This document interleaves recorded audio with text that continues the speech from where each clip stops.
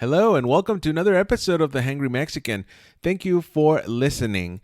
In today's episode, I sit down with New Life Church's youth pastor, Fernando Morales, and his lovely wife, Faith Morales, who is the worship group director at the church.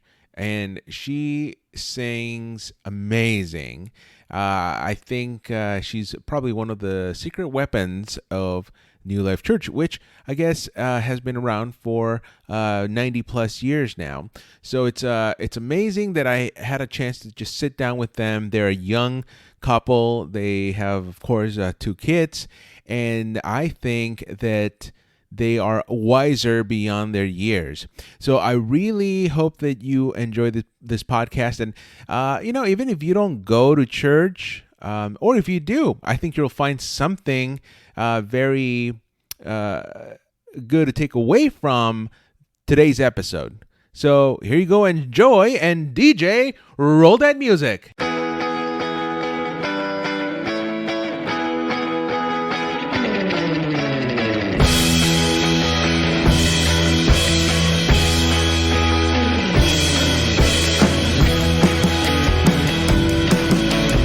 So when I was in college, Yes. we used to go, which so interesting because when you're in college, you don't have money. But someone found out that a certain time of the day, the prices would go like half off because it's kind of like it's not as busy, whatever.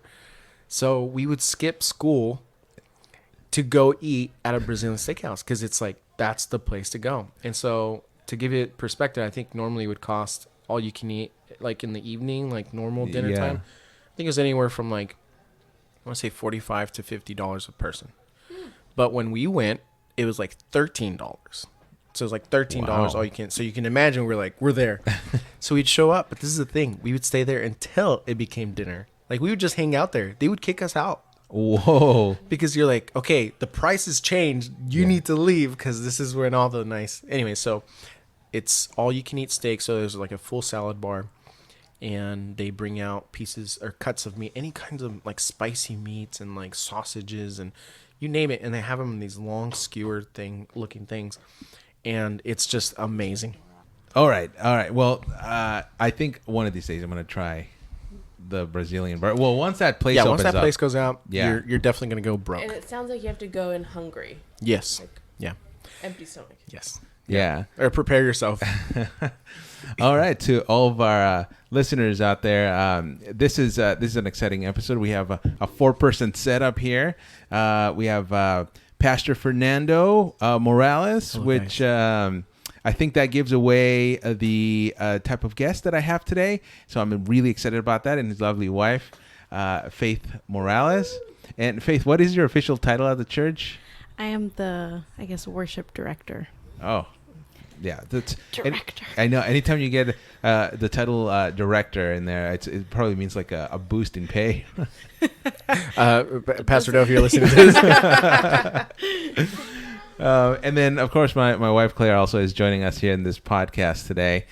So I'm really excited about this conversation because both Pastor Fernando and Faith go to New Life Church, which is in Santa Barbara.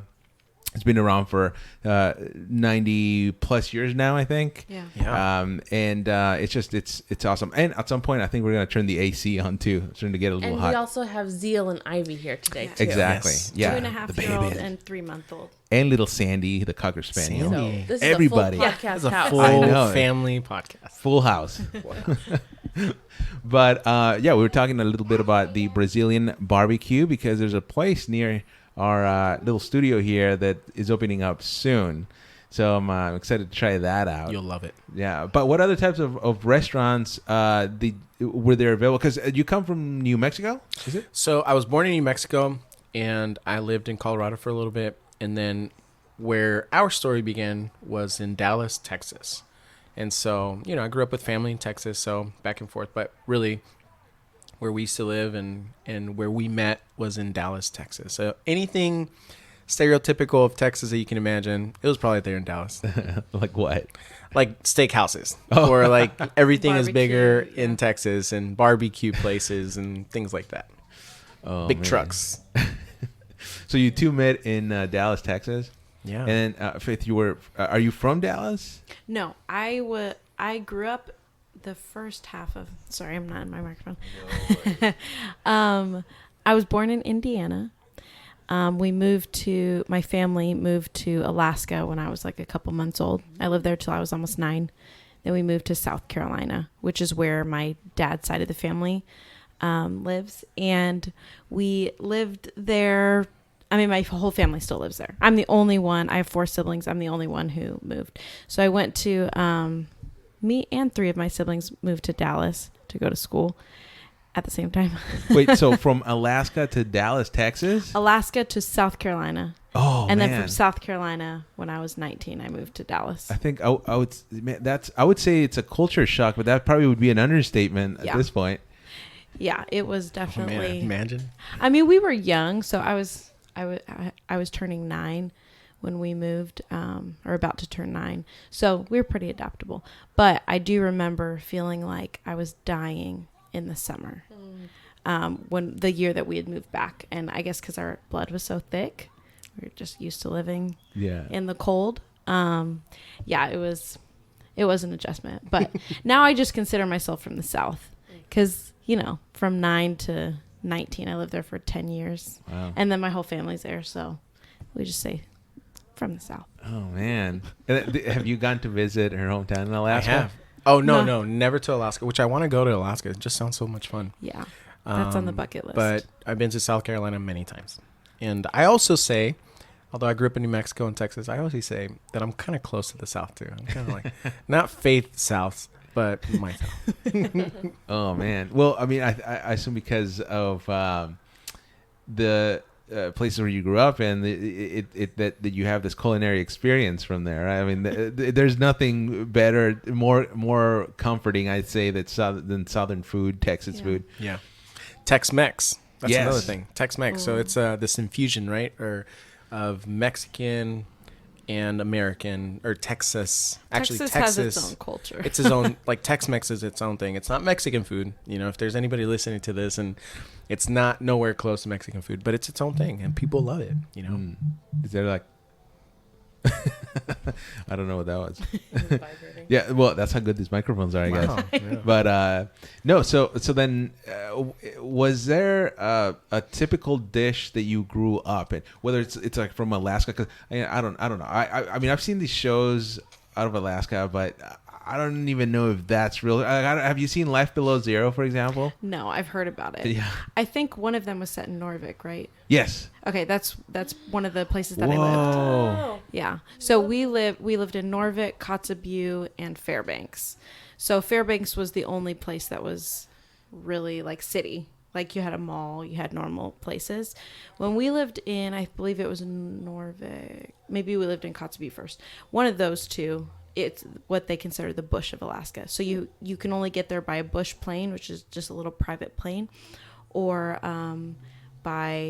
you can do a snow machine on ice, like on the water if it's in the middle of the winter, or by boat if it's not in the middle of the winter. So it's like a tiny place. So yeah. Wow. So what did you grow up eating in Alaska? Okay. So there you go hunting for your meat, and salmon or caribou. We grew up mainly on caribou. So my dad would go out, shoot a caribou, which is super easy to get. There's so many there. And then you would skin it and all of that. Like I said, I was younger. I wasn't allowed to go hunting with him, but I just know from pictures and stories, and I do remember eating the meat. So you would just take it to a butcher, and they would cut it all up for you. And if we could afford it, because we were missionaries, we would get jerky, like caribou jerky, or smoked salmon, which is like salmon jerky, and it's delicious. Those are some things that I miss so much. My mom would make. My mom says that she got so sick of it. I don't remember it, but she would make caribou pizza, caribou stew, caribou burgers, like caribou anything. cereal, like everything. So Those are some Alaskan things. And they eat salmon. They eat it raw. They don't waste any part of the fish. They don't, Wow. Oh, man. Fernando, do you think you can cut it out if you were to visit Alaska? Man, I don't know. She did mention of, I don't know what the proper name was, but it was kind of like gum, but it's like blubber fat. Oh, yeah, whale blubber. Oh. They would chew it. They would chew it like gum. Wow. Those are like natives. No one probably younger people don't do that. But they do have this thing called Eskimo. We call it Eskimo ice cream. It's like lard with fish guts on it. What? I think they eat it to keep themselves warm. I think that's that's a lot. That's of, where it came from. Fat content. So if my mom made it, she would make it with, it's literally lard and like blueberries and sugar. It's like straight fat. That is the craziest thing. Wow. But yeah. Oh. There's So you want to visit? There's lots of weird things. Those are for like the natives. Look at Claire's face. As she's looking at my expression. I probably have more of a facial expression. That is crazy to me. Yeah. With blueberries, lard and blueberries. Yeah. You don't know. Yeah. Well, when I was growing up, my mom would use a lot of lard. I mean, of course, now she's eventually she changed. Yeah. My mom too. It made everything taste so much better. But sugar, I don't know. I mean, lard and sugar. I don't even remember. I don't remember what it tastes like. It's oh crazy. man! And then, what about you? Was there like a crazy dish that you grew up with that Man, when you told other people about it, they're they're looking at you like you're crazy? Man, I'm gonna have to make something up after that one. No, actually, no. I mean, my family, my mom, well, on my dad's side, they're from Veracruz, Mexico, so it's like a coastal. So a lot of like seafood. So for me growing up, to me, seafood stuff was kind of like, I didn't really like it, but my family made it all the time. My grandma, my uncles, my aunts, and so anything from like octopus to like anything seafood. Actually, you know what? There is one thing. They didn't eat it here because it's illegal. But my grandparents and my uncles grew up eating iguana. Oh, wow. Yeah, so it was part of like their dish. And they didn't do it for long. I think when they lived in Veracruz, and then when they moved up north to like Chihuahua, and then finally in the U.S., obviously they didn't eat that here. But they would tell me stories of them eating iguana or that being a part of their dish. You're forgetting about Allsup's. Oh, chimichanga. Okay, so that's like on my that's on my dad's side. So in New Mexico, if you want to talk about like something like local, it would be these things called chimichangas. But it's not like your typical chimichanga. Like when you hear of a chimichanga, it's kind of like you get a certain picture or like a fried burrito. But where I'm from, there's these convenience or gas stations called Allsup's. And they sell these fried items, and one of them is called chimmies. They call them chimmies, short for chimichangas. And it's like pork and chili. In New Mexico, everything's like green chili. So it has green chili and pork and cheese, and it's like a local little thing. But I'm addicted to those. They're so good. Oh, wow. So did you try iguana before? Never. Oh. Never. Would you? I think I would. Yeah. Yeah. I think I would. That's great. One time I remember I was visiting with a friend of mine, and his family made chicken soup, but it came with the chicken feet. No. Yeah. So I couldn't. I mean, I remember I took the feet out, but even then, just knowing that the feet had been in there, I just didn't feel like eating at that point. Like my hunger just kind of went away. Crazy. So do they like eat the actual feet? Yeah. I don't remember because this. Just I for think. flavor. Yeah, I think I was super young, and I don't remember. But then just recently, Claire got into this 90-day fiance show on TLC. Oh, yeah, I've seen it. And there was an interracial couple that the guy I think was from the Dominican Republic, and they went to go visit his mom because they didn't show his dad for some reason there, but they served the American family the chicken feet, and they like in a stew or just like a little appetizer, almost like chips, just it was the chicken feet. Yeah, and so he the American family, of course, didn't eat it, and they told him. They told the guy. What a shame. Yeah, I know. They told the guy, well, you eat it first. They probably thought it was poison or something. Right. And so he just started nibbling. So that's the only time where I've seen actual Interesting. people nibble and eat the feet like almost like wings, really. That's interesting. Yeah. So that was nuts. No. But then when you two met, it was in Dallas, Texas, Yeah. and was it for school? Yes. Yeah, so she moved from South Carolina to Texas to go to this small Bible college out there called Christ for the Nations Institute. And so I moved out there the year before, Yeah. or a semester, 6 like months a before, semester before, and straight from Denver, Colorado to Dallas. And so I started a semester before her, and I actually met her at work. I didn't meet her at school. I didn't even know she went to the same school as I did. Oh, wow. Yeah, I met her at work. One day she just came in. I actually worked with her sister before I met her, and we shared, like, there was like cubicles. It was like a call center kind of a place, and I would always bug her sister, and we were friends. And I remember seeing this girl walk in with a manager, and the manager's kind of showing her around, and this pretty girl in this dress, and I'm like, "Who's that?" And Priscilla, her sister, she's like, "Don't even think about it." Oh, wow. And I'm like, "What?" And she goes, "That's my sister." I'm like, "Oh, nice." And I was like, "Definitely." I was like, "I definitely want to get to know your sister." And then she's like, she's like, "Don't even think about it." And she goes, which I think sparked the whole thing. And shout out to Priscilla if you're listening to this. She goes, "She would never go for a guy like you." Whoa. Challenge accepted. Challenge accepted. Oh, man. And guess what, Priscilla? I won. Did she ever say why she would? Well, at that time I was a little bit of a flirt, and so she definitely knew my kind, and I was just I wasn't the best guy for sure, and so, but yeah, so that's why she said that. She's like, she would never go. I'm like, all right, we'll see. And Fate said it was love at first sight. So Oh, okay. Oh, What? okay. So what? No, what I did not. so then what happened? Like who asked who out, and how did that conversation go? And especially with the sister, right, yeah. Well, it took a little bit. I don't remember exactly how much longer. We started emailing.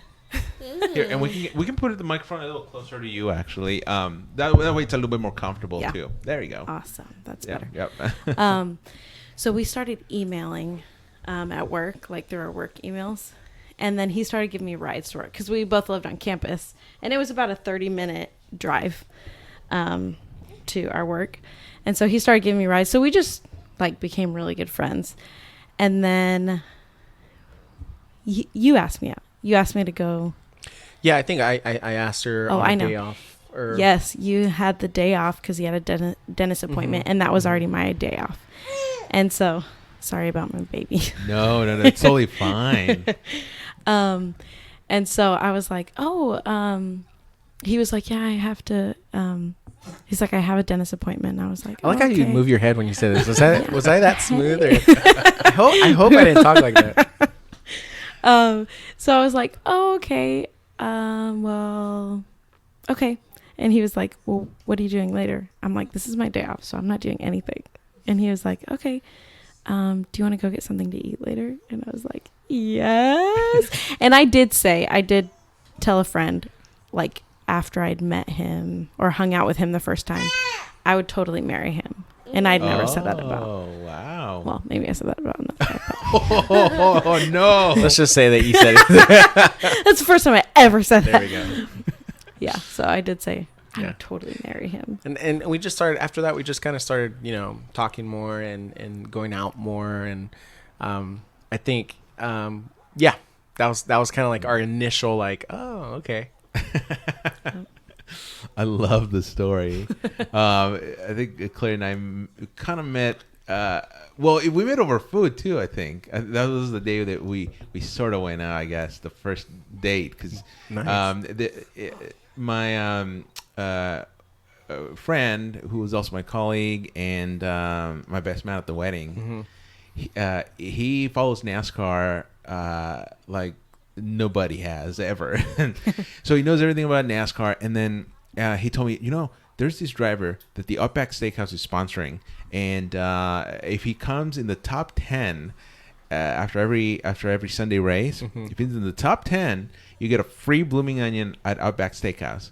So that was the pretext, of course. So the guy the racer that weekend did win the race. So then the Monday, I asked Claire, hey, a group of us are getting together for this blooming onion thing. It's free. You gonna come hang out? And so she said yes. And then when she shows up, there's only me there. Nobody else is around. Nice. Now, so you guys worked together already before that. So you guys Yes. kind of were at the, okay. So that's how you guys connected. So we met at the workplace. Yeah. Nice. Which That's I cool. guess, yeah, it's a little bit similar. Yeah. Yeah. I feel like a lot of people meet at the workplace. Right. So you're Yeah. there most Yeah. of the day. Yeah. Yeah. Yeah. So Claire, you show up and it's only Oscar. What'd you think? Just thought, well, I guess no one else was able to come, so Yeah, I'm just yeah. gonna go just hang out with this guy. Wow. Now it comes out. Now the truth comes I out. guess. But I mean, I was so happy to, because even before that, I always found myself going into the Edit Bay area where Oscar worked, and it's like just because he needed help to see something again on how to do something. So I'd always go back there and show him how I to think do he was whatever. doing it on purpose. Claire, can you go over that again? I just don't know what I'm doing. Yeah. How do you control the mouse? Yeah. But so at this time, after you two met, and then you started going out, especially after the first date. Now, were you two involved in church, or did that come after? For me, I didn't grow up like there's no other ministers in my family. Later on, some did, but I didn't grow up with even thinking that I would work at a church ever. I actually wanted to be a couple of things. I wanted to be an architect. I wanted to be a cop. Anything but working at a church. But at that time, I was just starting off, like figuring out, okay, like, all right, God, like, what do you want me to do? And I didn't know that eventually I would end up in ministry or working at a church. But I just knew that that's what I was supposed to do, be at this Bible college. And I don't know. I just kind of felt like, all right, something has to come out of this. And so that's how that's how it all started. Okay. And just so everybody knows, Claire just walked out for a moment. Oh, Sandy is getting crazy. Sandy, come over here. She's like licking baby Ivy's feet and sniffing and checking her. All right, let's pull Sandy back a little bit. Sandy, come here. All right, yeah. So Nice. Claire, Is Zeal out there? that's the unexpectedness of the podcast. Yeah. But Sandy's kind of. She wants to tell us about her love life too. But no. So Claire Sandy's a boy. Yeah. Did I say? Oh my goodness! It's Sorry, all Sandy. Good. But no, Claire just walked out. We have a sweet dessert coming up. She's making one of these recipes. It's a apple pie on a crock pot or in a crock pot. Good. Yeah. So that's gonna be. She's checking up on that. So hopefully she'll bring us a slice over here when she's That's what we do here at the Hangry Podcast, right? The Hangry Mexican. Hangry Mexican. Okay, so let's just talk a little bit about how you found Jesus. Yeah. Because I think both of you actually, you have a story on the road that take you to finding Jesus, and I know a lot of people out there that might be listening to this might be wondering how they can find Jesus as well. So whoever wants to start, just take it away, and I just really want to know that story. Yeah. Sure. Yeah. So I grew up in the church. My dad was missionary. When we were done being missionaries, when we moved to South Carolina, my parents were pastors. So I grew up in the church. My grandparents both in ministry on both sides, and so yeah, that was something that I always grew up around. I asked Jesus to be my savior when I was it was if I can remember, I think I was 6 or 7. And at that point there's no major like life change, when you like grow up in the church, you're just a kid. It's not like I did anything horrible. I'm just a little kid. But I always say that I really made my salvation my own when I was around 16. My family had started, my parents were no longer pastors or like pastoring a church. So we were attending this mega church in South Carolina, and it was really a time when me and my siblings got to experience ministry for ourselves. And so we were serving in our youth group. We had like 500 teenagers went to this youth group. It was huge. And it's like we were homeschooled. So, you know, because we missionaries kind of goes hand in hand. We traveled a lot. We moved a lot. And so we were homeschooled almost the whole time. And so I remember going to this church and getting to experience ministry for ourselves, getting to be a part of the worship team, and getting filled with the Spirit. And I was experiencing all these things. And I remember just my eyes being opened and coming to life. And I remember this one moment, we had gone to this conference. It was called The Ramp. And it was just an open room in Alabama, like this just big open room.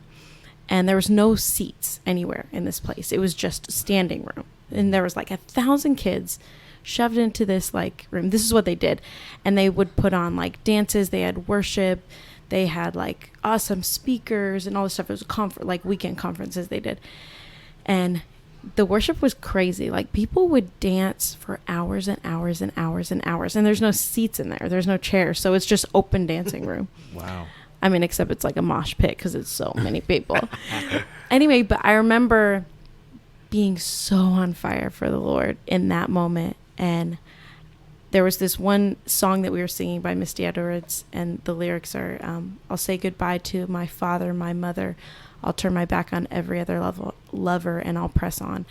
And I remember in that moment, like intentionally trying to remember that moment, because I was like, God, I will do anything for you. Like this is real for me right now. Like I give you everything. I'll do whatever you ask me to do for the rest of my life. And that was like a marker in my life for following the Lord, because it's really when my salvation became my own. And apart from my family, apart from my parents, it's like, I don't care what my parents or family ever choose to do, whether they ever turn their back on you. Like for me, I will never, ever turn away from you. And so that was like a marker in my life. And I guess 3 years later, I moved to Dallas because I felt like the Lord had told me to go to school to pursue being a worship leader. That's what I did. I met my husband there. And then here we are in California doing ministry together. Yeah, working together. Yeah. Wow. And then what about you, Fernando? How did you find Jesus? Yeah, so the way that I like to describe it to people, whether you're in church or outside of church, is I grew up in church, but not in Christ. Mm-hmm. So what I mean by that is, I went to, we got the apple. Oh, Is it apple pie? Claire's bringing the apple pie with vanilla goddess. ice cream. I think I got saved the moment I ate this apple pie. Wow. Yeah, it looks really good. And it smells delicious. Oh, I can't Thank you, Claire. wait. Wow. Oh, and it's warm and everything. Yeah, I know. I grabbed it. I was like, oh my goodness. Oof. Good stuff. I think I'm going to let it cool off a little bit. Oh, Sandy. Oh, Sandy's getting twisted around. I got him. But at least we got Claire back here. Yeah. Thank you, Claire. Yeah. And then you know what? Maybe right there. Maybe right there. There. We have a little table here in the podcast in the Hangry Mexican studios. Which, by the way, you gotta subscribe to this and listen to this. So the way that I describe it is quite simple. Like I grew up in church, but not in Christ. I did the church thing. My family went, all the time. I mean, my mom helped clean the church, and she was part of the choir, Sunday school teacher. So you name it. As any Mexican family, I guess my mom's like, you have no choice. You're going to church. And so I just went. I went with it, me and my sisters, and a lot changed when I was about 11 years old. My parents got divorced. Mm-hmm. And so I just kind of started like looking at the church in a different way, especially God. I was like, I don't know about this. Like my parents are divorced. That shouldn't happen. Like if you follow God, doesn't God take care of us? I was 11 years old. I just had no way of viewing anything other than through my emotions and through circumstance. And so for many years, I kind of just walked away from anything to do with church. I would go every once in a while with my mom. And, the teenage years for me were tough. Were kind of rough, especially with my dad not around really. So for a long time, I kind of ran away from that. I hated anything to do with like religion, God. It left a bad taste in my mouth, right? And all that changed when I was about, I would say, I had just turned 18. I had graduated from high school, and I had moved up to Denver to go live with my dad, to kind of connect with him again and kind of like see if I can build a relationship with him. We had a somewhat good relationship. He was just distant. He wasn't around. Mm-hmm.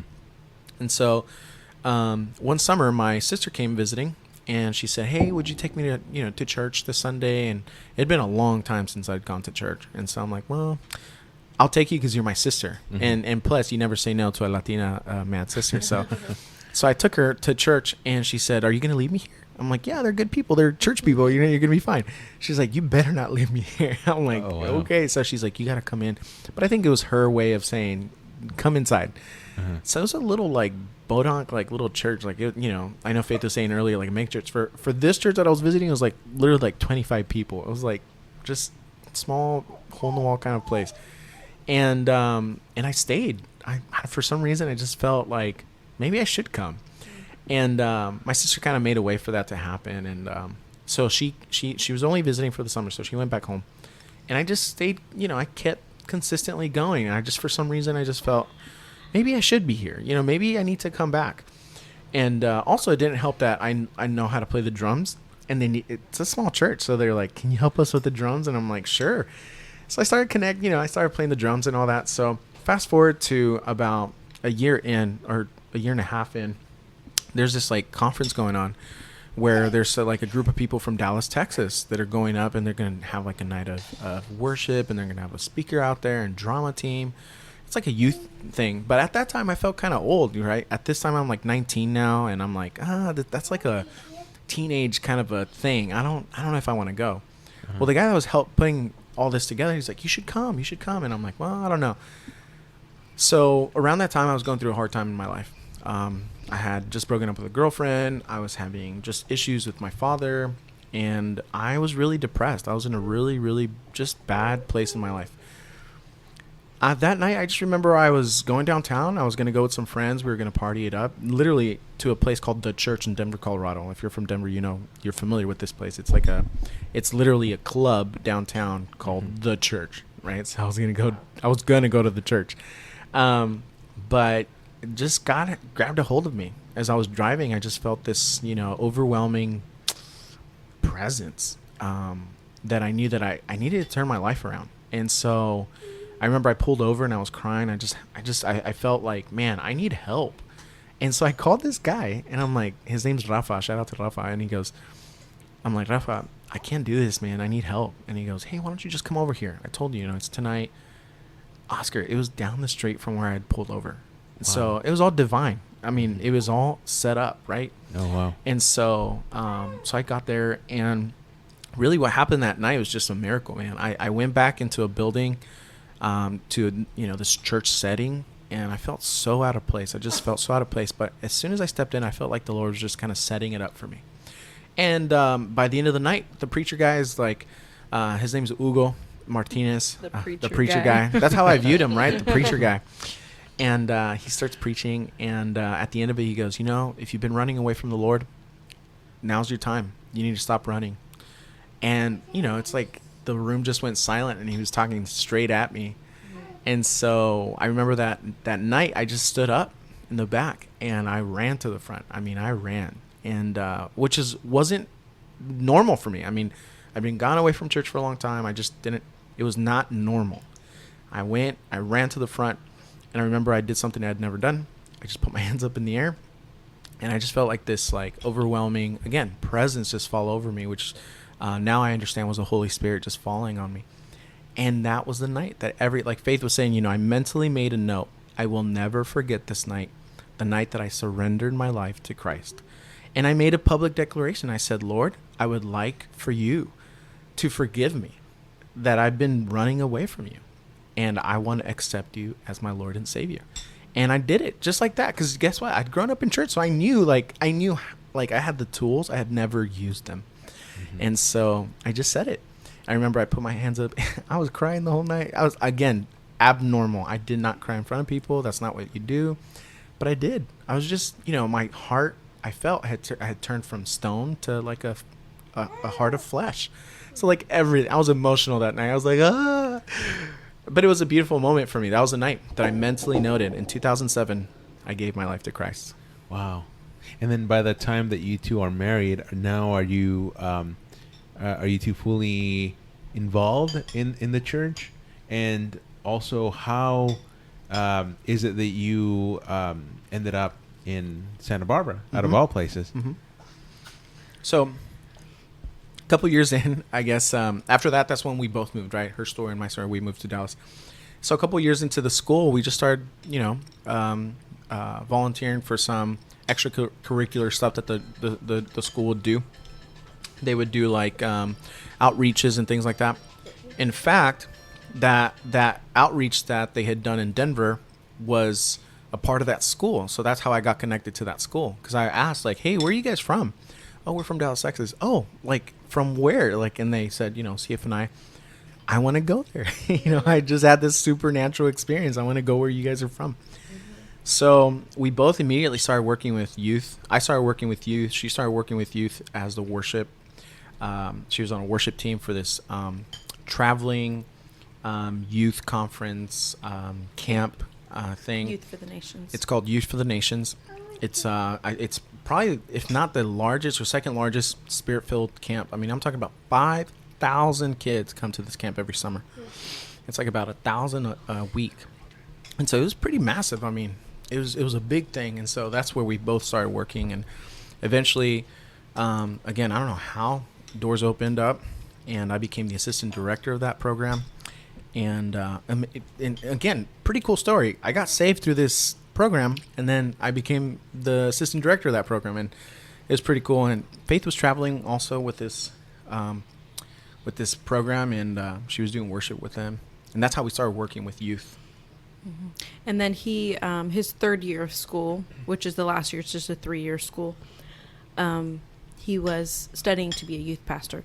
So he had an internship at a church, and he just kept working with them even after he graduated. So I just joined and started helping him.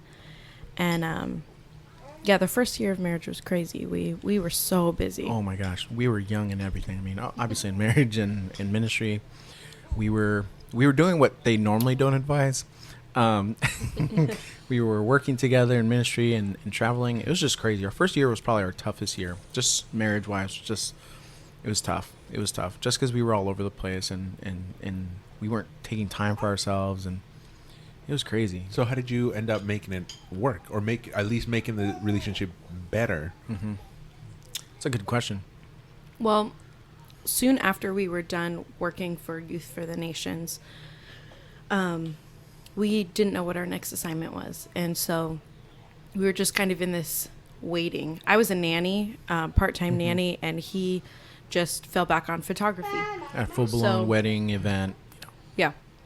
So we were just praying and just asking the Lord to open doors wherever he wanted us. We were open to wherever.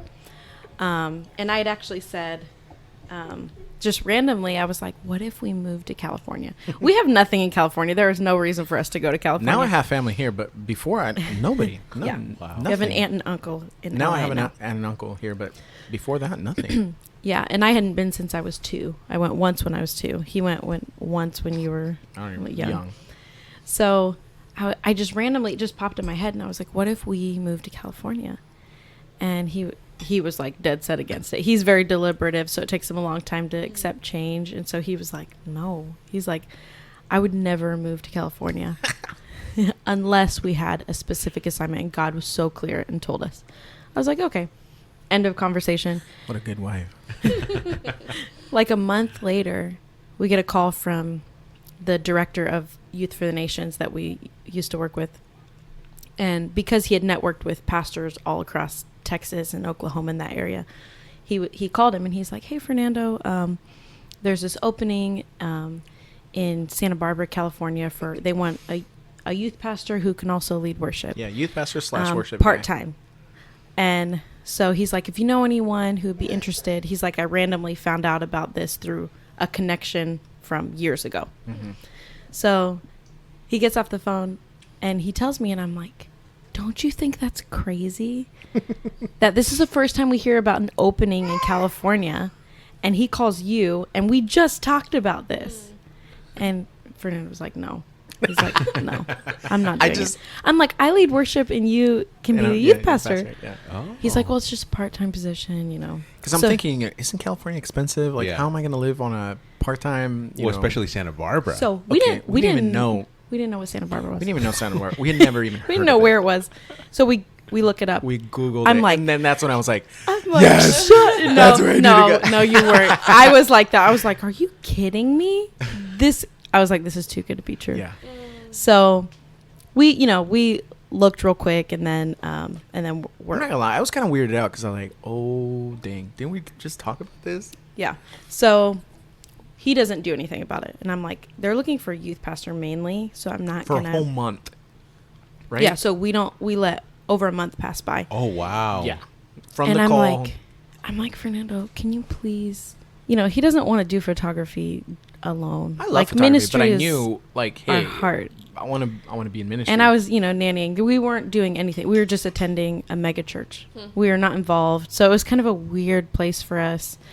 So I'm like, please, please, please, can you like talk to him? Like call the pastor or email him. Just email him. And I'm like, the position's probably taken because it's in Santa Barbara. Now we know where Santa Barbara is and how gorgeous it is. I'm like, it's probably taken. But just try. So he does. He emails Pastor Dale. He just tells him briefly who he is. They set up a call, like interview, and they just totally hit it off. I mean, it's like they had known each other forever. They bros the whole life. Exactly. Yeah, like I ended up just talking to him on the phone, like I knew him. It was and if you know Pastor Dale, like he's just the nicest super person friendly ever. man. So I was like, no way, like this is crazy. So we go look at their website, at the church website, and I'm like, it looks like such a good church. The pastor's awesome. Like, what is the catch? We were like, just we were like, looking this is for too what's good. wrong. What's So, we have like a couple Skype interviews with both of us, and we're just getting to know each other, and we're just feeling like this is crazy. Like this feels so natural. And Pastor Dale says, hey, we have a convention every year with our denomination, and it's in a different city every year. And this year it's in Dallas.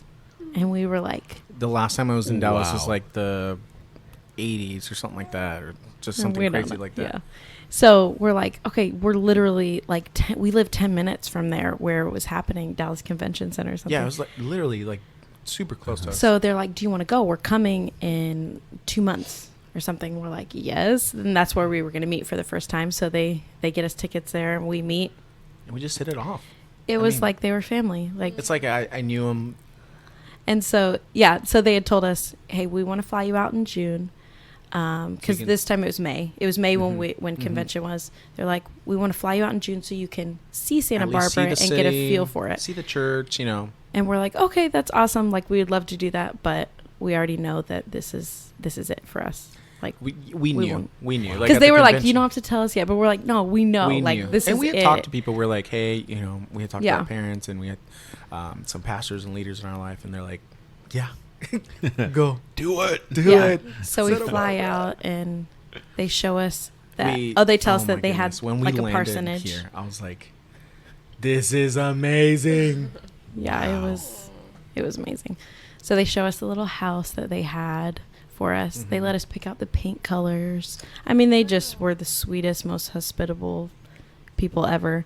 And then we moved out here at the end of August. So during our visit, we sat down and we kind of talked about like, okay, so are you details. guys? And so we finally said yes, yeah, of course. And then they were so kind to us because it was a part-time job, and so they were offering us a what's called a parish or our house, our parsonage, and that's it, but just the way they received us was overwhelming. Like the kindest people, like the nicest people ever. Faith and I were like, this is what we need. We didn't know we needed this until we Yeah. got here. We're like, oh my goodness. It was just turned into a season of healing for us. Yeah. Just From being a in Santa fast-paced Barbara. environment to like a home. Yeah, Like, let's care for your soul. So Yeah. that's how we got connected here. Wow. And yeah, I mean, Claire and I spent, what would you say, like 2 years searching for a church? And then, well, maybe you can tell this story because it involves your mom and the conversation you had with her that led us to New Life Church in Santa Barbara. And we quickly realized that it was just so special. So, yeah, take it away, Claire. So how did that come about? My mom attended a Foursquare church in New Hampshire where she lives and called Harvest Christian Fellowship, and then she just Googled Foursquare Church in Santa Barbara, and up came New Life Church. Really simple. And she's like, Claire, this is not far from your house. You should go check it out. And so we did, and it was on the day we checked it out was the day they were taking the photo for the 90th anniversary. So we got to be in the photo, and we just felt so special to be there the first day. I took that photo. Yeah. So it was just a really fun experience. And I think a really big draw for the church is the size, the pastor, the worship leader, 100%, and then Fernando, for sure. Oh, that's really sweet. Yeah, not particularly in that order, but just all of the leadership, and you can just, like, what draws me into a church is the worship, because I love just belting it out and no one caring what I sound like.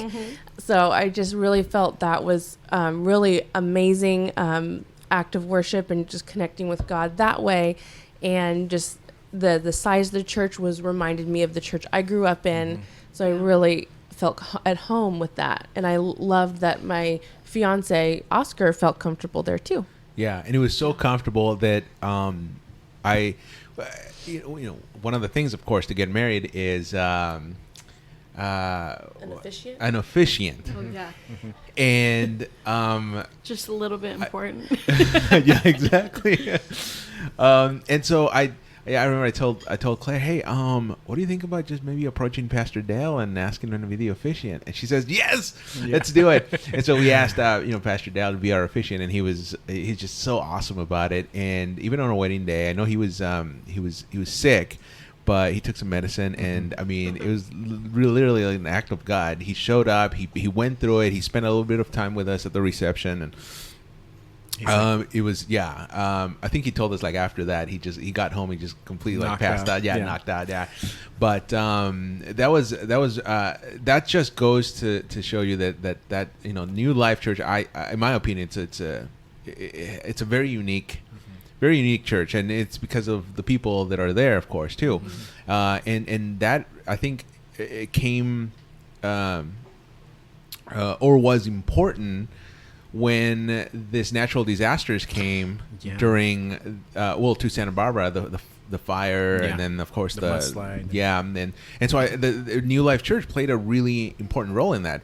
Maybe you can talk a little bit about what the church did, and then what that experience was like for you two. Yeah, definitely first for me. Being in California, if you're from California, you're familiar with earthquakes and fires, and where we're from, not so much. And so, caught in the middle of a city where a huge tragedy had just happened, earlier in the year with fires. And then we had a mudslide in our city, which was just devastating. Now, as a youth pastor in our city too, a lot of our students lost people. And so I'm connected with people through that as well. And it was definitely overwhelming. But the beauty of that, seeing the church kind of activate, and not just our church, not just New Life, like just in general, the city coming together, all types of churches from different backgrounds and everything, just coming together, was such a neat thing to see. And our church definitely tried, we stepped out. We're a small church, like Claire was saying, but I love that even despite the size that we are, we can make a big impact. And our denomination sent in chaplains from other areas, from other cities. And a team of chaplains came free. It was a free counseling, resource for people who were having a hard time. And we sent them out to the damaged areas and people who had lost family members or lost property. they got to be ministered by these chaplains, these volunteers that just came in through our church, and even many people through our church just feeding people and housing. At one point, our church was ready to go to receive, like many places in town, to receive people who had lost homes. And I remember our youth room. I was excited setting up our youth room one night. We were setting up cots. So we had gone out and bought cots because, like, where do you buy cots? Like, we were like, and we don't just have these around. So, but it was exciting to be the church and to go out there. And that's another thing that I do believe, and I agree with you, Oscar, is just the uniqueness of, like, the hospitality in the heart of the church. We're not a big church. We're not a perfect church. If you're listening to this and you've been hurt before by a church, and we get it. It's hard, and but don't give up. There's a place for you. There's a community for you, and New Life has been that for us, like a place of healing, a place of hope, and we just love it. We love the people there.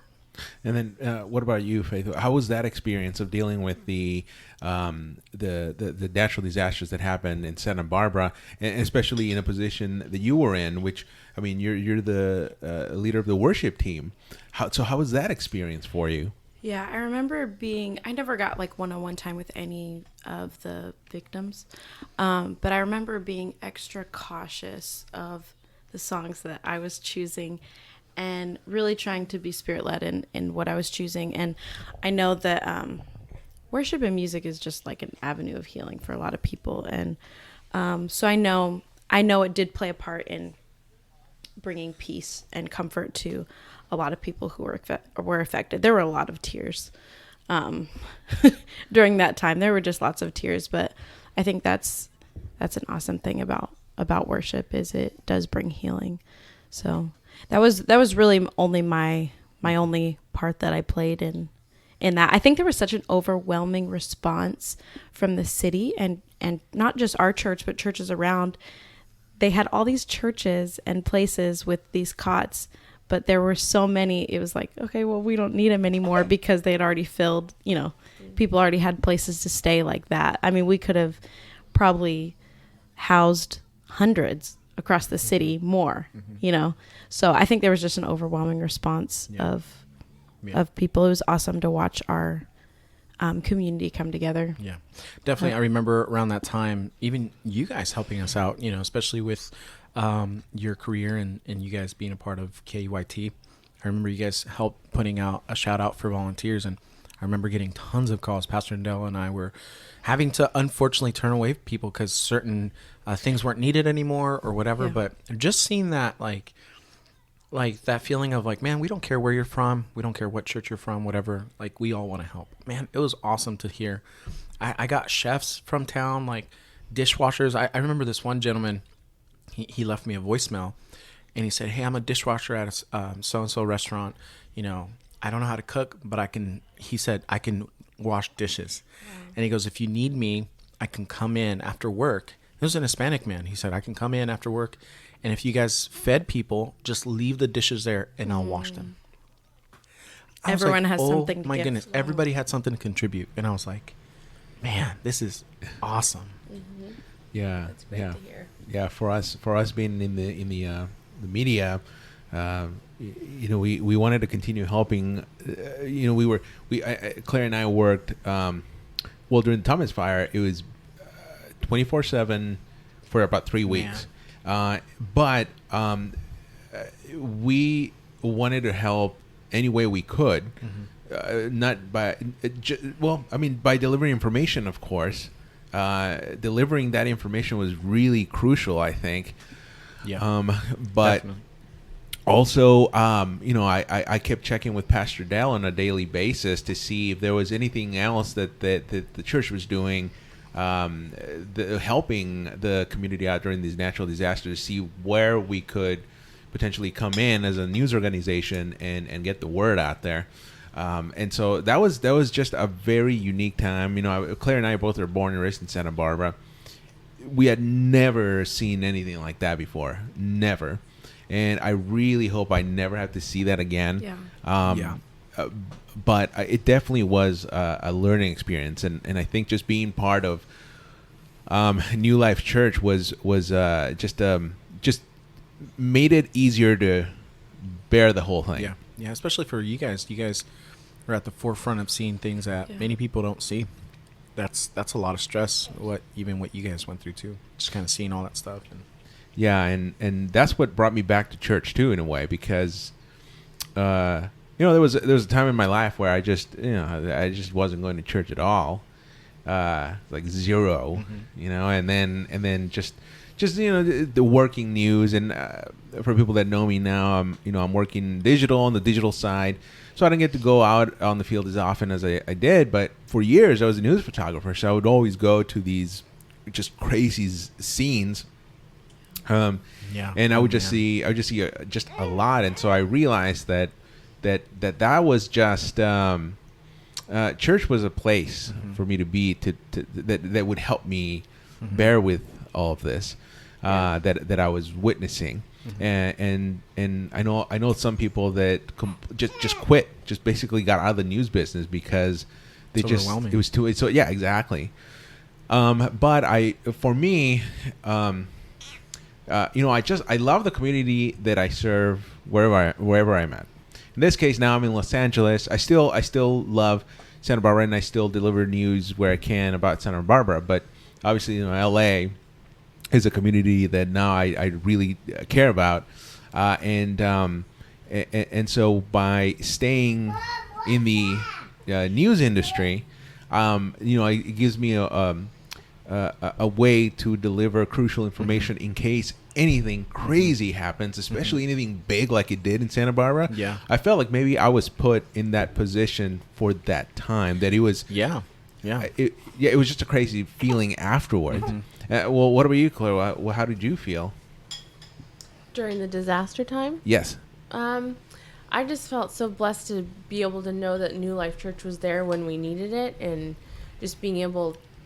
We could go hard working, and then we can go to church on Sunday, and then there was like the prayer evenings during the fire week and whatnot, and that was just, it was helpful, and I was thankful to have been plugged into a church already. And so it's like almost, God is always looking ahead of us. He knows what's coming, and he will only give us what we can handle, and he's going to give you tools, resources, people to help you through whatever you need. Definitely. Yeah, and I like to say that New Life Church has one secret weapon in the worship team. That's Faith. Oh, yeah. Because she can sing. She can sing, yeah. Yeah, when did you realize that you could sing like that? Well, my family is pretty musical. Everyone in my family is musical on both sides. Oh, wow. Yeah, I think almost everyone can sing. Her and or play really an instrument. Too. So we kind of grew up, pastors' kids. We would sing little specials in church. But I never even found an interest, really. I remember being prophesied over one time when I was a young teenager that music would be a big part of my life. And I remember laughing. I'm like, really? That's not even anything I thought about. When we were, I was about 13, 14, my mom started teaching me and my sisters to sing harmony. So like I said before, I have 4 siblings. So our ages are, 32, 31, or these are the ages we're about to turn. 32, 31, me 30, 29, and then 22. Or something like that. Anyway, so we're about a year apart. Anyway, so the 3 oldest were all girls. My mom started teaching us harmony. I think I was about 12 or 13. And people just started kind of responding to it. They were like, giving us attention about it, basically. And so we started doing, we took up sign language, and we started doing signing to songs. And it wasn't even singing, but people loved it. Like, they were like, oh my gosh, you and your sisters, you're so anointed. And they would always say stuff like that. And so there was something there. So we started attending this mega church, and someone approached us we did a talent show at the youth group, and we did sign language. And someone from the worship team approached us, and they said, I feel like you guys can sing. Can you audition for the worship team? And we were like, sure. So we auditioned. We all made it. And that was where I really started getting into it. Then me and my sister started singing together a cappella. and we entered a competition.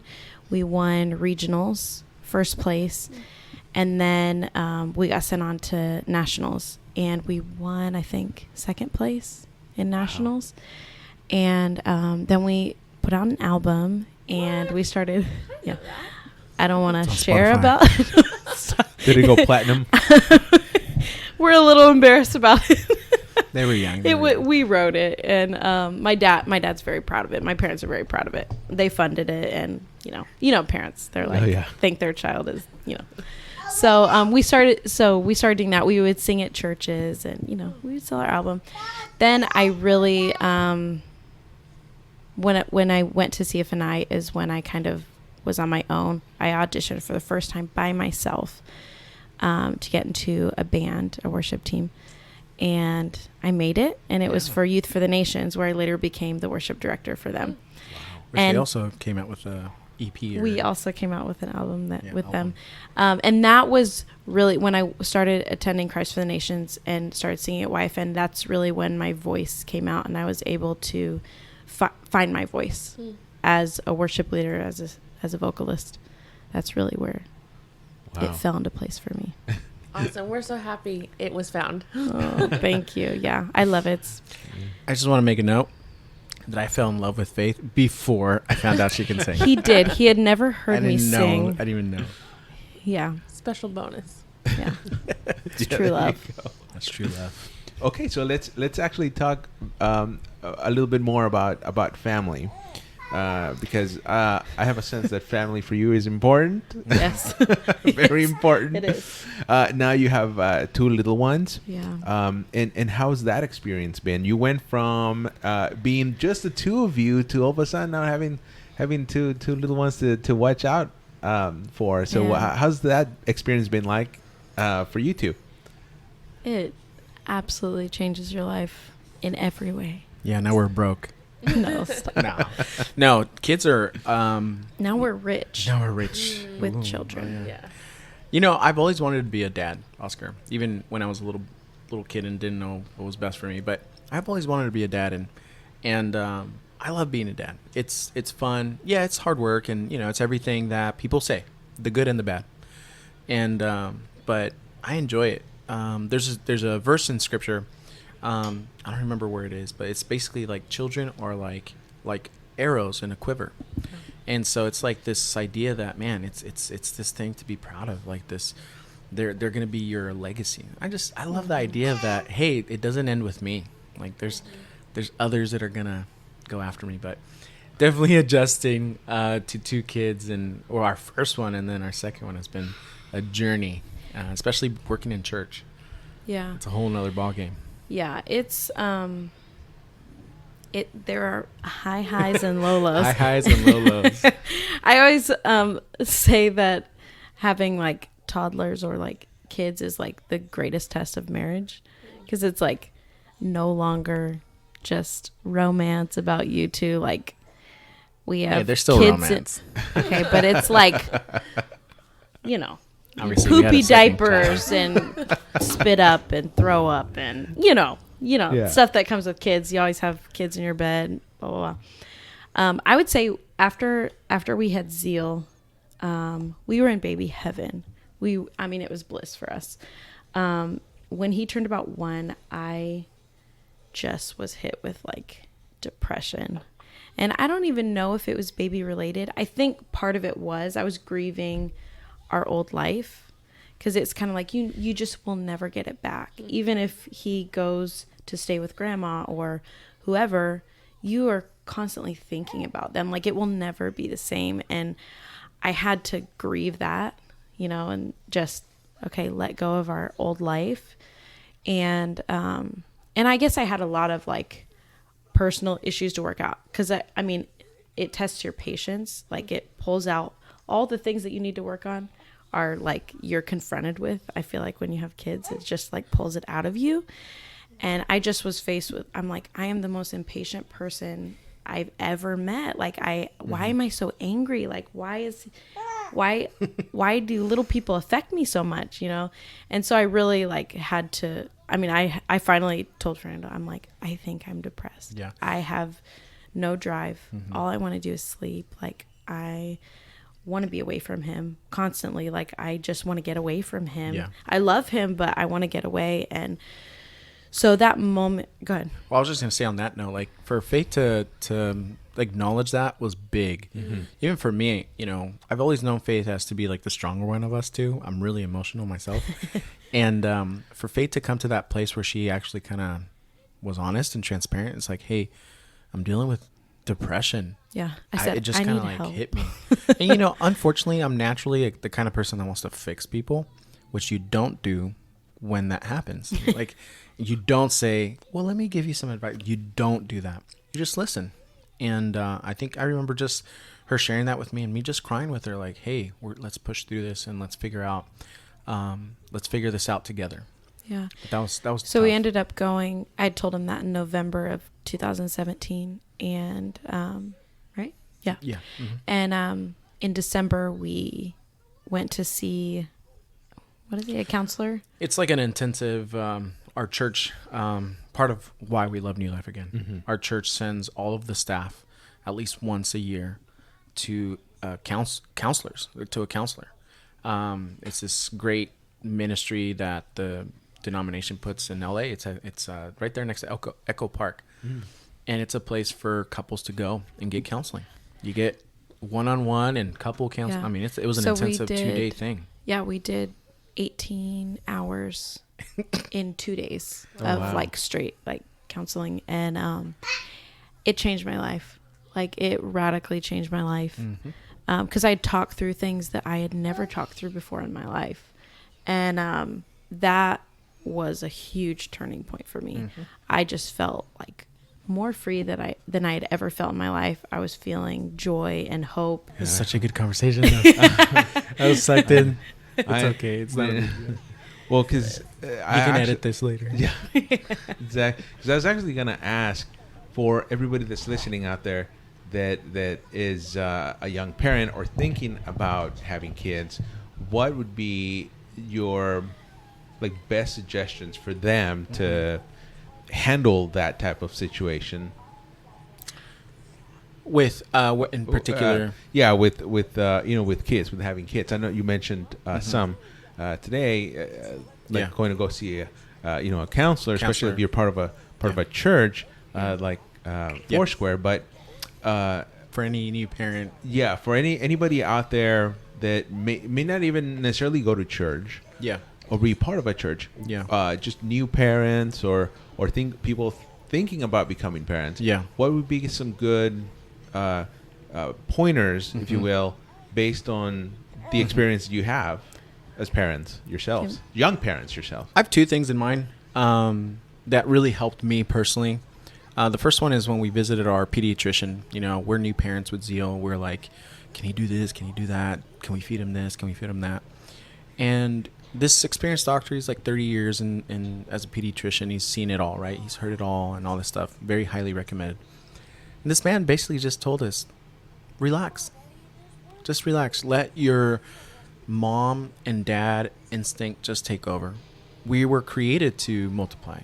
And, just you'll know. Like, obviously he gave us tips and pointers on a lot of stuff. But what really calmed me was like this idea of, he would say to us, take him out, go to the park, go to the ocean, let him touch sand, let him hear the birds, let him get some sun. If he eats something off the ground, just dust it off, like he'll be fine. Like, that kind of like thought. I'm like, right. Okay. Because as new parents, you can freak out, especially with the internet now. Like, you look up everything. Everybody has something to say. Everybody has some parenting advice. Everybody has, and you feel like you're not doing a good job. And then for this man to tell us, just relax, just let your natural mom and dad instinct take over. That was such a huge win for me. That's one. The second one would be just be a part of a community. And I'm not just talking about a faith community. For us, in the context of us, it's our faith community. But if you don't go to church, be a part of a community. That old saying, it takes a village to raise a kid. Man, I think that's true. If you're close with family, if you're not close with family, find a community of some sort. And stick with it, whether it's a mom group or a dad group or a toddler group, whatever it is, church, school, be surrounded by other people who go through the same things as you, and you're going to find out, hey, you're not the only one. And there's just something about knowing that you're not the only one that really brings a lot of perspective and even relieves stress. You know, it's like, oh, okay, so I'm not the only parent that's going crazy over this. No. So I would say, you know, just let your natural mom and dad instincts take over and get plugged into some sort of community. If you're thinking about having kids, you know, people always say travel before, and it's true. Just get out, whatever. Not that you can't travel with kids, because you can. It's just a little bit more difficult. It's a lot more work. So I would say do the fun things, like the things that just will be a little bit more difficult with kids. Do that, and everyone has their own timeline. You know, like for some people, like we have friends who they just had their first baby at 23 years old, pretty young. Mm-hmm. But for them, it's what they want to do. They really have no desire to travel the world. And then for other people, they want to wait till late 30s. We have another friend friends too. Yeah. who had their first baby at 37, Mm-hmm. I think, 37, 38. Yeah, and they're happy, and they're loving it. It's perfect for them, and they have traveled the world. And so I think you know what's right for you, but definitely if you have some stuff on your bucket list, cross it off, and then really think through your decision, and then go for it. Yeah. And it's not the end of it, but no, it's Faith's not. Right. It's a new adventure. Enjoy your partner. Enjoy yourselves. And there's seasons. There's seasons too. Because I know right now, sometimes it feels a little bit lonely for me because I'm at home, and I am not involved in a lot of things right now. And so I just keep reminding myself, this is just a season. Mm-hmm. This is just a season. When the kids get older, then I'm on a new adventure for my life. You know. Mm-hmm. So, yeah, everyone has a different timeline. Yeah. No. Feeling that when we got Sandy here, it's a responsibility. Yeah, we can't leave for long periods of time, mm-hmm. and we somebody needs to feed him. We have to find care. I mean, it's just exactly. It's a crazy thing, but I guess it's good practice. They say pets are good practice. Yeah, it is. So we survived with Sandy, and we just celebrated our 1-year anniversary. Yeah, earlier in April. Yes. Thank you. And it just flew by. It did. Yeah. And then now with our work schedules, the dog here is not alone for like more than 2.5 hours. Mm-hmm. That's awesome. Yeah, but the difference with dogs is they stay the same. Kids at least grow up and then they can move on. And kids can talk to you. And tell you what they want. Yeah, exactly. And so just before we wrap up this podcast, I actually like to end the show with biggest pet peeves. So we'll that's good. We'll start with Faith, and then we'll go to Fernando. And I need time to think. What categories? Because I have a lot of them. No, you do have a lot of pet peeves. Well, it can be if you have one like pet peeve that stands out among the rest, mm-hmm. go with that. But it can be multiple ones. What are your biggest pet peeves? Mine are weird. Yeah, I'll tell you one. It's just This is silly. If you're listening again, you might relate. You might not. When people don't like say good morning or hello, they don't greet you. Or there's no greeting. Again, I like to say that I grew up in the South. So like even through text, like if you sent me a text and you say good morning, hello, how are you, and then you say what you need or what you want to tell me or whatever, I'm good to go. But for some reason, I have a pet peeve that people just go straight to like, are you coming at 7? You know what I do? I always respond, hello, so-and-so. How are you? Yes. And I do it on purpose. I'm kind of like, sometimes I feel like I'm a little too mean, but them. I wish it would stick. But that's one of my pet peeves. I'm going to go check my text messages from you right now. When I was saying that, I was thinking, I was like, no, not you. Don't worry, it's me, right? It's me. Oh, man. Okay, the only pet peeves I can think about are like spouse related. Oh, I think it's time to wrap up. I'll tell you.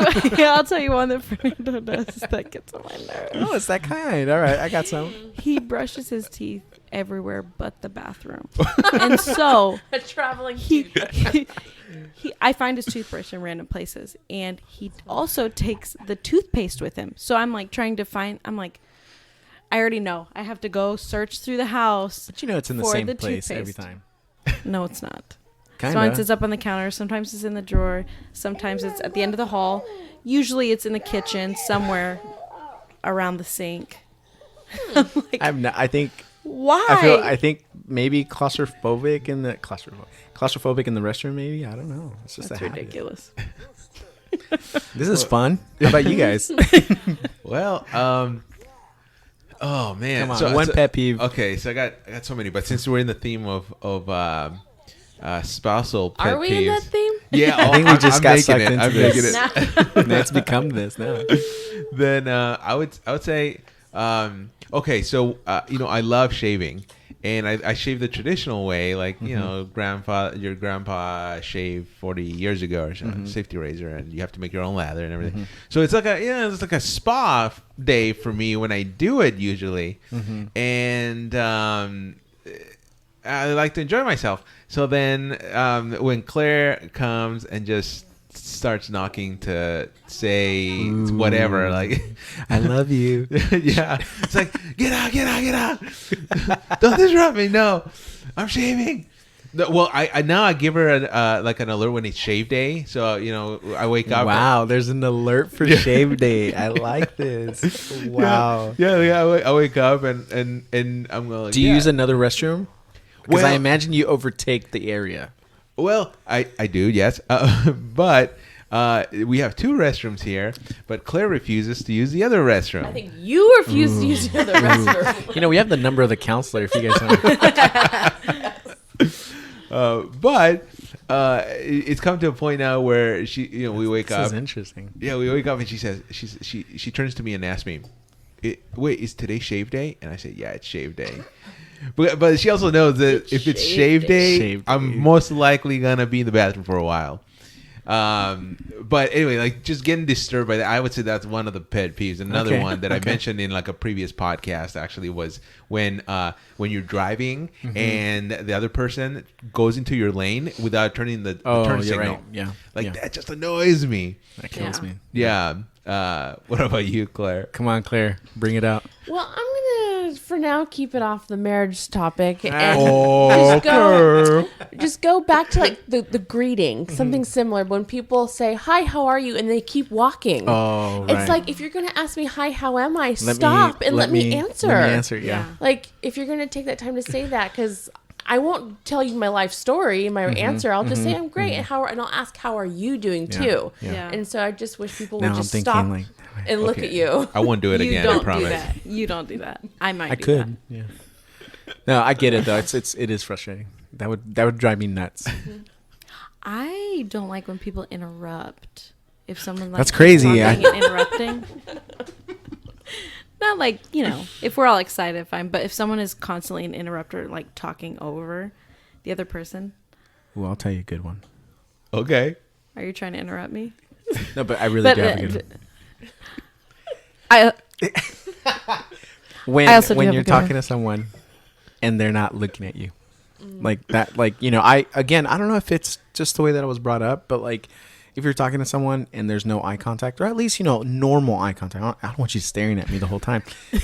But like, oh my goodness, it drives me crazy if I'm talking to you and you're like over there looking at a dog. So it's been really Or a hard cat. for him having kids because I like have to tend to It them, drives and me I'm like I'm crazy. listening, but I have to like. I'll pause. Yeah, that's what he says. He says, "Oh wait." I'll I'm wait. like, okay. I'm not trying to be mean. I just can't do it. No, but he will leave the room while I'm talking. He's like, I'm listening. I'm like, you're literally, That's true. you can't That even is hear true. me. That's true. You're literally across the house. Yeah, I don't know. I'm listening. Double standard, I guess. Yeah. Oh, I'm totally the opposite. Like I don't. I have to tell Claire. All right. Just pause. Hold on. I'm sending this text out real quick. Hold on. I'm sure it probably annoys. Can you talk? Can you have a conversation with someone and text someone else at the same time? No. Some people do that. Some people do that. I'm like, No. I'll wait. They're Send your not. text and then They're not fully engaged in either. There's no way. Man, that's crazy. Yeah. Oh, man. All right. Well, Pastor Fernando Morales and his lovely wife, the director of the worship team. Where's the raise? I don't know. We'll see. Both joining me and my wife Claire here on this podcast, Hangry Mexican. Thank you for being here. Thank you for this. Thank so you. much. Thank you. And thank you for inviting the us. apple pie. Yeah, Claire, the apple Actually, pie was yeah. How bomb. was it? It was Yeah. amazing. Okay, so I normally don't eat apple pie. I just have never have. That was literally the best apple pie ever, and I want the recipe. It was so good. Literally just 3 ingredients. That's it. Wait, what were they? Just apple pie filling, Yeah. spice cake mix, and then 2 sticks of butter. No wonder. Throw it in the slow cooker and just let it all melt together. Wow. Whoa. Faith. It was delicious. Keto. I'm definitely. We're not doing so good lately with keto. We're destroying keto with that apple pie. It was so good. Oh, Thank you I'm for glad you inviting liked us. it. yeah, of course. Oh, that was a wonderful interview, and I think we could have gone for hours and hours just talking. But of course, all things must come to an end, and it was getting a little late. So I just want to thank both Pastor Fernando Morales and his wife, Faith Morales, who is the worship group director at New Life Church in Santa Barbara. They were amazing, and I definitely want to have them back on the show at some point. Now, if you love this podcast and you like this episode, please subscribe and rate the podcast. We're also available wherever you get your podcast. Definitely tell your friends and your family about it. And if you have any questions or comments, email them to hangrymexicanpodcast @gmail.com.